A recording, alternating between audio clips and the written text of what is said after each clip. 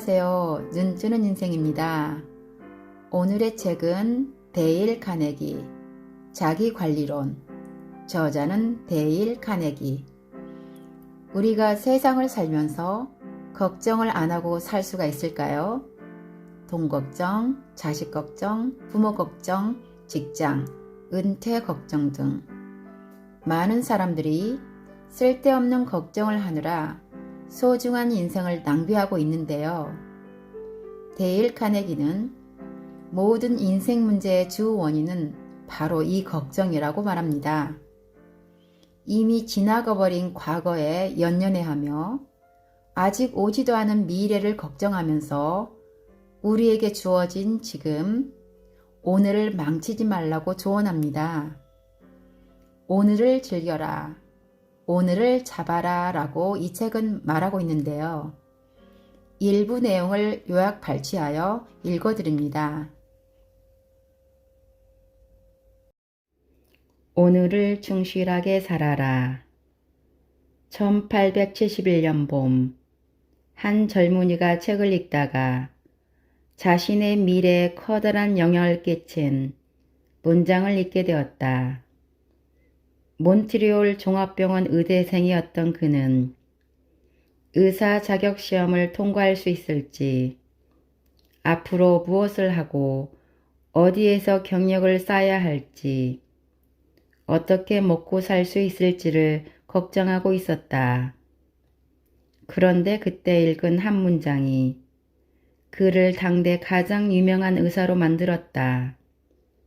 그는 세계적으로 이름난 존스 홉킨스 의대를 세웠고 대영 제국의 의사가 받을 수 있는 가장 명예로운 지위인 옥스퍼드 의대 흠정 교수가 되었다. 기사 자기도 받았다.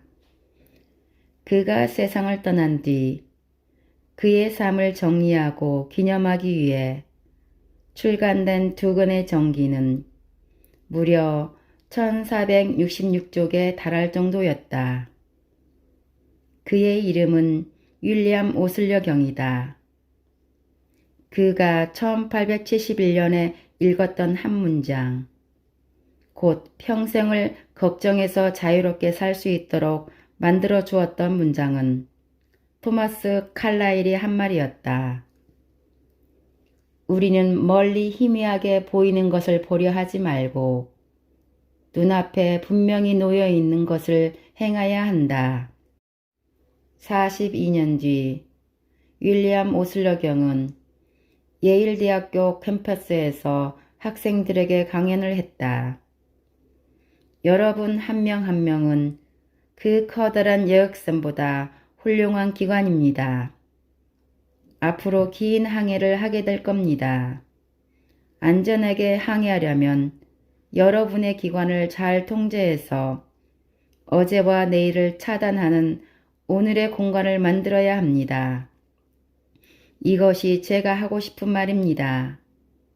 차단벽이 잘 작동하는지 살펴봐야 합니다. 버튼을 누르고 들어보세요. 삶의 모든 단계에서 젊은이 과거를 잘 차단해주고 있습니까? 죽어버린 과거와 완벽하게 단절되어 있나요? 또 다른 버튼을 누르고 이번에는 아직 태어나지 않은 내일, 다시 말해 미래를 차단해 버리십시오. 그래야 여러분이 안전합니다. 과거를 차단하세요. 죽은 과거가 이미 죽어버린 날들을 묻어버리게 하세요. 바보들에게 죽음의 잿더미로 가는 길을 밝히는 어제를 차단해 버리세요. 어제의 짐에 더해진 내일이라는 짐을 오늘 지고 가면 아무리 튼튼한 사람도 휘청거릴 수밖에 없습니다. 과거와 마찬가지로 미래도 차단하세요. 미래는 오늘입니다. 내일이란 없어요. 여러분이 구원받아야 할 날은 바로 지금입니다.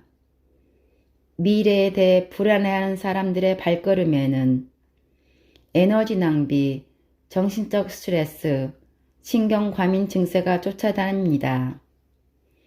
이물과 고물에 있는, 다시 말해 앞과 뒤에 있는 철판들을 내리고 과거와 미래를 차단하세요. 어제와 내일을 차단한 공간에서 살아가는 습관을 가지려고 노력하세요. 그가 내일을 위해 어떤 노력도 하지 말라고 충고하는 것일까? 아니다. 그는 내일을 맞이하는 최선의 방법이 지성과 열정을 집중해 오늘 해야 할 일을 잘 하는 데 있다고 강조한다. 그것이야말로 미래를 준비하는 유일한 방법이기 때문이다. 윌리엄 오슬러경은 주기도문에 나오는 오늘 우리에게 일용할 양식을 주옵시고 라는 기도로 하루를 시작하라고 충고했다. 이 기도가 오늘 필요한 양식만을 바란다는 점에 주목하라. 어제 먹지 않아서 퀴퀴해진 빵을 불평하지 않았다. 하나님, 요즘 날이 가물어 밀 농사를 망칠 지경인데 또 가뭄이 온다고 합니다. 이러다가 내년 가을에 빵을 먹을 수나 있을까요? 만약 내가 직장을 잃으면 어떻게 끼니를 이어갈 수 있을까요? 라는 식으로 기도하지는 않는다. 주기도문은 그저 오늘의 양식만을 구하라고 가르친다. 오늘의 빵이 우리가 실제로 먹을 수 있는 유일한 빵이기 때문이다. 오래전 돈 한 푼 없는 철학자가 땅이 척박해서 사람들이 힘겹게 살아가고 있는 지역을 방문했다. 하루는 그가 산 위에서 많은 사람에게 가르침을 주었다. 이 가르침은 동서고금을 막론하여 가장 많이 인용되고 있으며 오랫동안 사람들의 심금을 울렸다. 그러므로 내일 일을 위하여 생각하지 말라. 내일 일은 내일이 생각할 것이요. 한날의 괴로움은 그날로 족하니라. 마태복음 6장 34절 흠정역. 많은 사람이 내일 일을 생각하지 말라는 예수의 가르침을 거부해왔다. 듣기에는 그럴듯하지만 따르기도 힘들고 동양의 신비주의에서 나온 말이라 생각했기 때문이다. 이들은 말한다. 나는 내일을 생각할 수밖에 없어. 가족을 보호하기 위해 보험을 들여야만 하고 노년을 대비해서 저축해야만 해. 남들보다 앞서려면 계획을 세우고 준비를 해야만 해. 당연히 그래야 한다. 사실 300년 전 영국의 제임스 일스가 통치하던 시절에 번역된 예수의 말은 오늘날의 의미와 차이가 있다. 300년 전 생각이라는 말은 걱정을 뜻했다. 오늘날의 성경은 이 말을 내일을 위하여 염려하지 말라라고 좀 더 정확하게 옮겼다. 당연히 내일에 대해 생각을 해야 한다. 세심하게 생각하고 계획하고 대비해야 한다. 하지만 걱정해서는 안 된다. 전쟁 중에 군 지휘관들은 내일을 계획한다. 하지만 걱정할 만한 여유는 없다. 미 해군 지휘관이었던 어니스트 킹 제독은 이렇게 말했다. 나는 최정예 병사들에게 최상의 장비를 지급했다. 그리고 가장 적절한 임무를 부여했다. 그것이 내가 할 수 있는 전부였다. 그는 계속해서 말했다. 가라앉은 배를 끄집어 올릴 수는 없다. 침몰하는 배를 구할 수도 없다. 어제의 문제를 안타까워하기보다는 내일의 문제를 생각하는 것이 시간을 지혜롭게 쓰는 방법이다. 게다가 부정적인 생각에 빠지면 몸이 배겨나지 못할 것이다.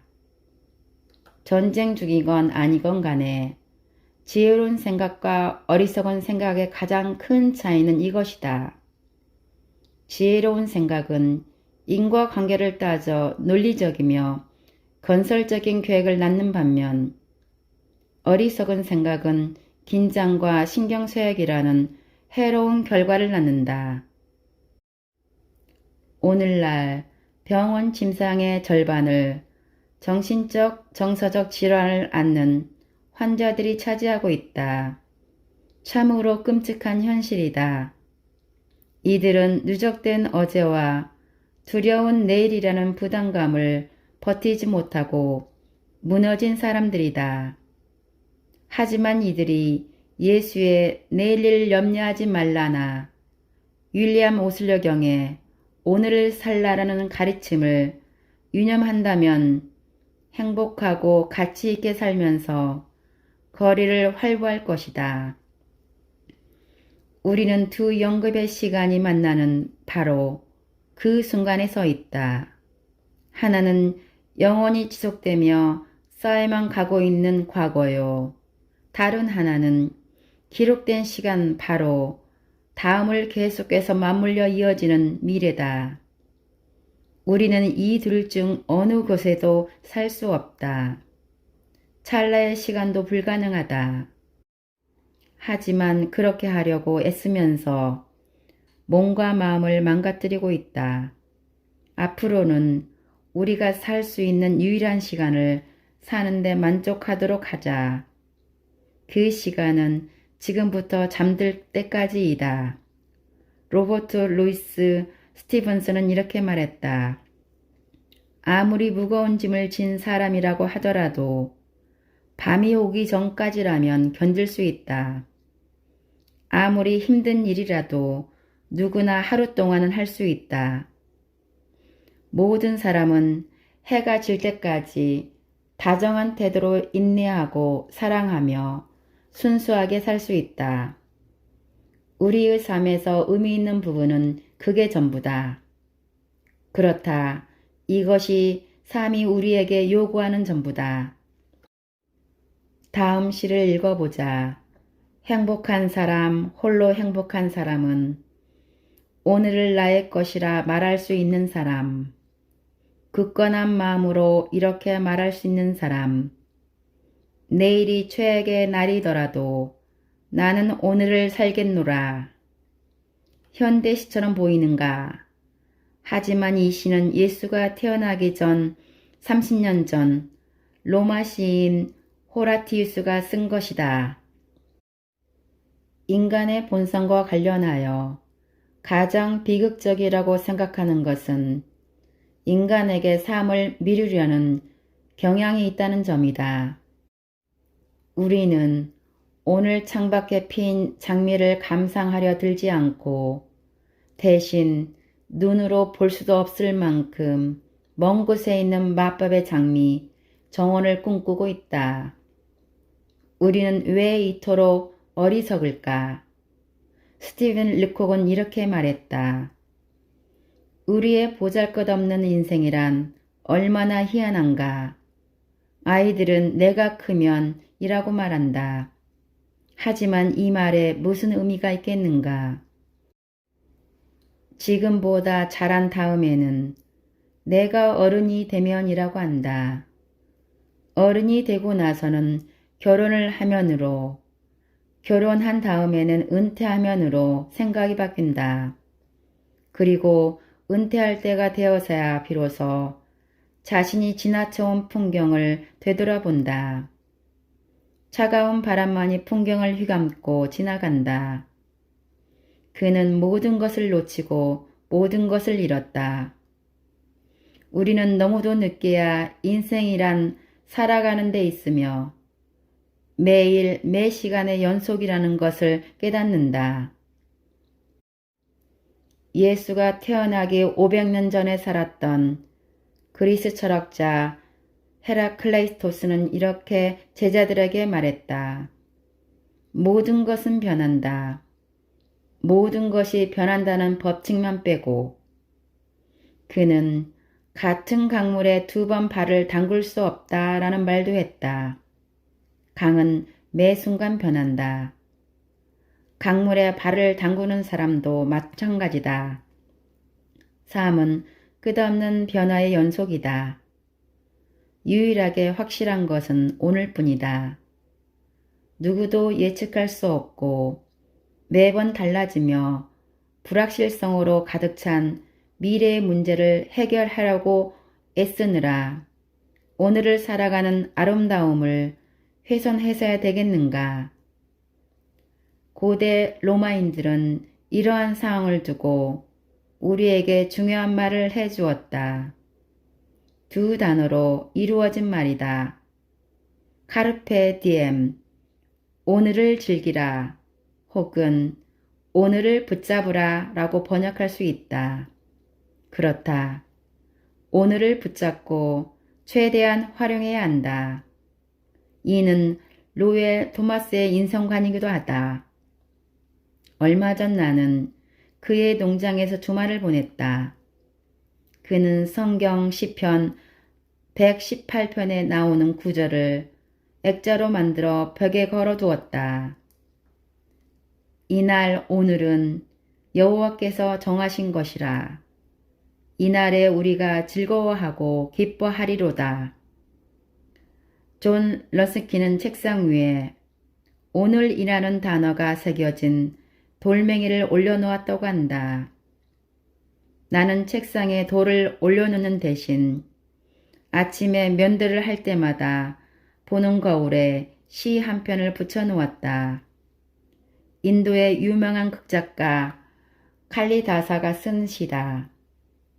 윌리엄 오슬러경의 책상 위에도 이 시가 놓여 있다고 한다. 새벽에 바치는 인사. 오늘을 잘 살피라. 오늘이 바로 인생이요 인생 중의 인생이라.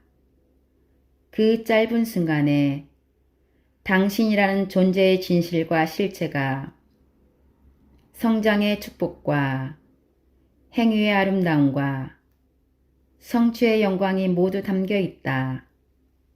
어제는 꿈일 뿐이요 내일은 환상에 불과하나 오늘을 잘 살면 어제는 행복한 꿈이 되고 내일은 희망찬 환상이 된다.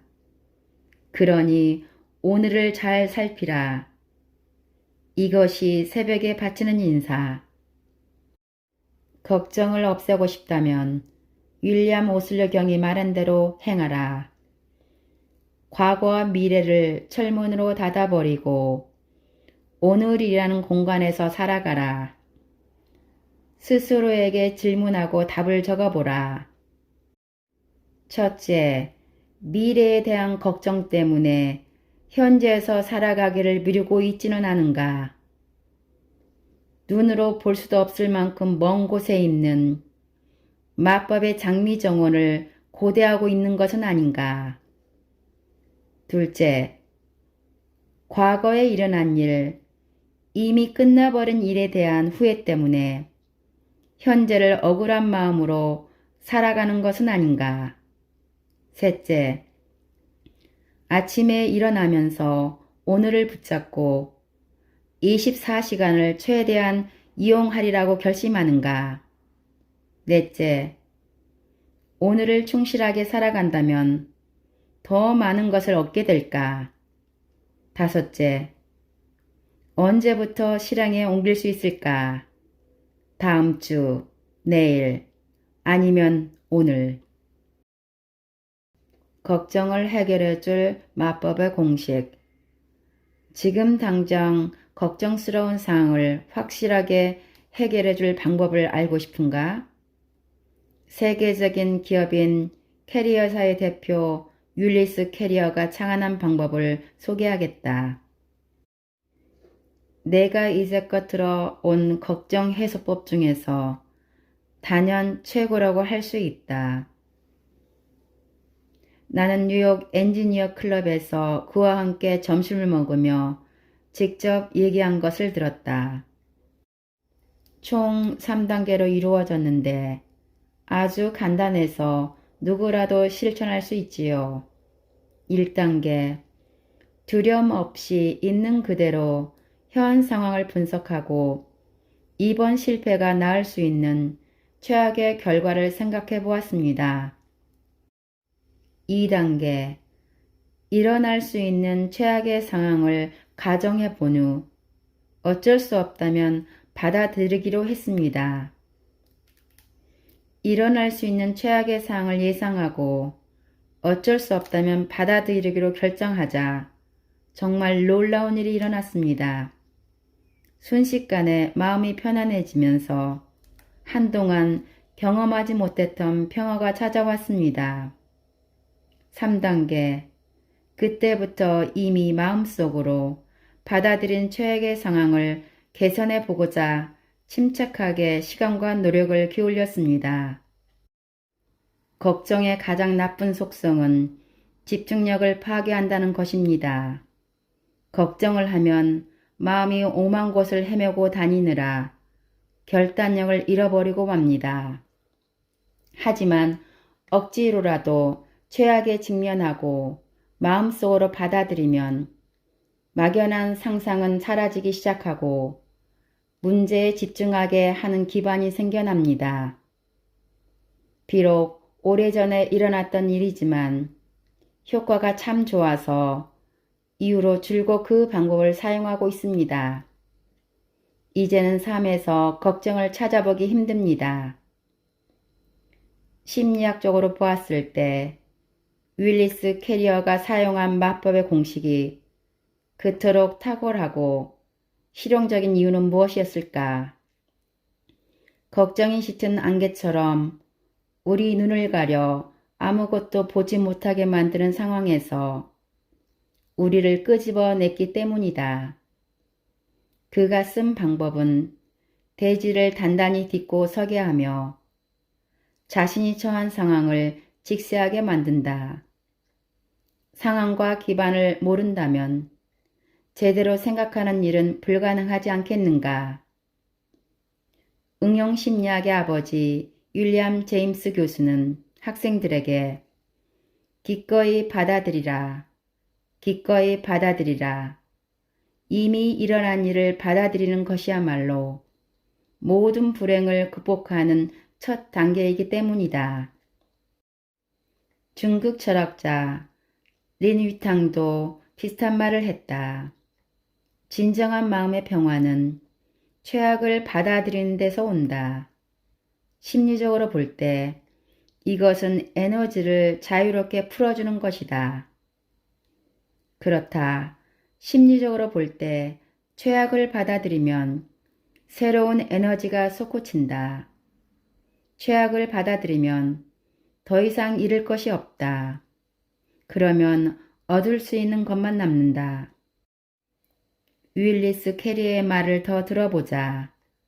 최악의 상황을 직면하니 당장 마음이 편안해지고 며칠 동안 느끼지 못했던 평안이 찾아왔습니다. 그때부터 저는 생각이란 걸 할 수 있게 되었습니다. 납득할 만하지 않은가? 그럼에도 많은 사람이 분노의 소용돌이 속에서 스스로 삶을 망가뜨린다. 이들은 최악의 상황을 받아들이려 하지 않고 최악을 상정한 다음 이를 개선하려 들지 않으며 난파선의 잔해에서 인양할 수 있는 것들을 건져보려는 시도조차 하지 않는다. 자신의 삶을 회복해 보려고 애쓰는 대신 억울함에 가득 차서 최악의 경험과 격렬한 싸움에 몰두한다. 결국은 아무런 행동도 하지 않은 채 생각이 고착된 우울증의 희생자가 된다. 감사합니다.